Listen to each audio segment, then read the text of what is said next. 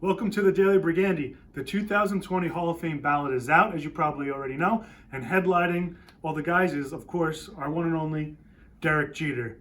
So he's the number one guy in the ballot. There's about 10 other new names on there, including guys like Bobby Abreu, Adam Dunn, some other guys. But we want to talk about our favorite Derek Jeter, and who better to tell you than Jeter's biggest fan here?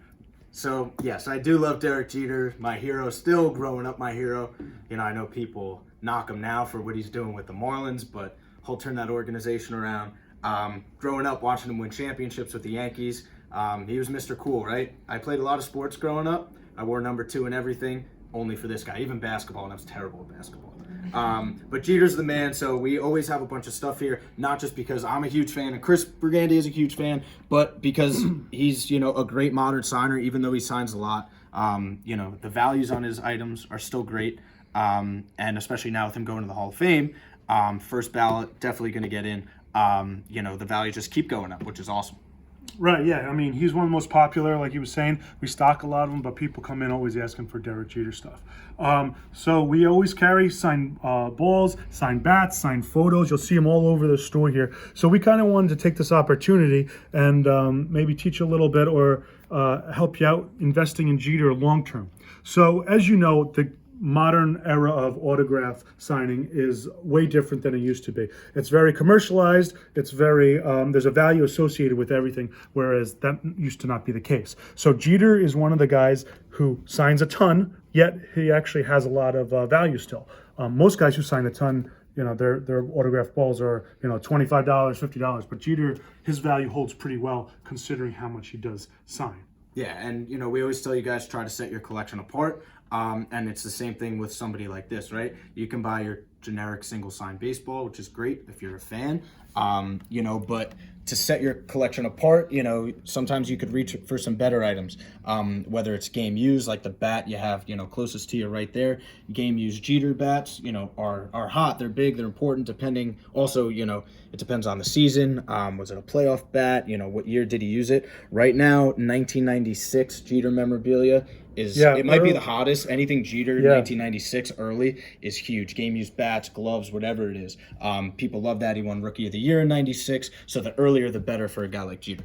Right, yeah. So it's like that with most players, right? So when they're up and coming, they're not really known. Maybe there's not that many autographs or game used equipment out there. But as they become better and better and more popular, people are collecting them. They're signing big autograph deals with some companies and whatnot. So Jeter signs a lot more today than he did back when in 1996 or even pre-rookie. A lot of this pre-rookie stuff is also very valuable. Yeah, minor league stuff is great. Yeah. So let's talk about cards real quick as well. So these are probably more popular Jeter cards you see. The foil is probably the biggest.